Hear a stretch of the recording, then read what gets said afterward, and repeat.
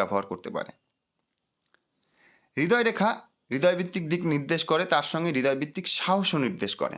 অর্থাৎ যার হৃদয় রেখা যত শক্তিশালী, তার হৃদয়ভিত্তিক সাহস তত বেশি। সেই কারণে এই তিনটি রেখা যদি কারো হাতে ভালো থাকে, সেই ব্যক্তির জীবনে যে কোনো সমস্যা আসলেও সেই সমস্যার সঙ্গে মোকাবিলা করে এই ব্যক্তি উন্নতির রাস্তা খুঁজে বার করে নিতে পারে। এরপরে নিজের ক্ষমতায় যদি উন্নতি লাভ করতে হয়, তাহলে হাতে বুধের ক্ষেত্র, বুধকে বলা হয় বুদ্ধির কারক, মস্তিষ্ক রেখা, এই দুটো জায়গা অবশ্যই ভালো থাকতে হবে।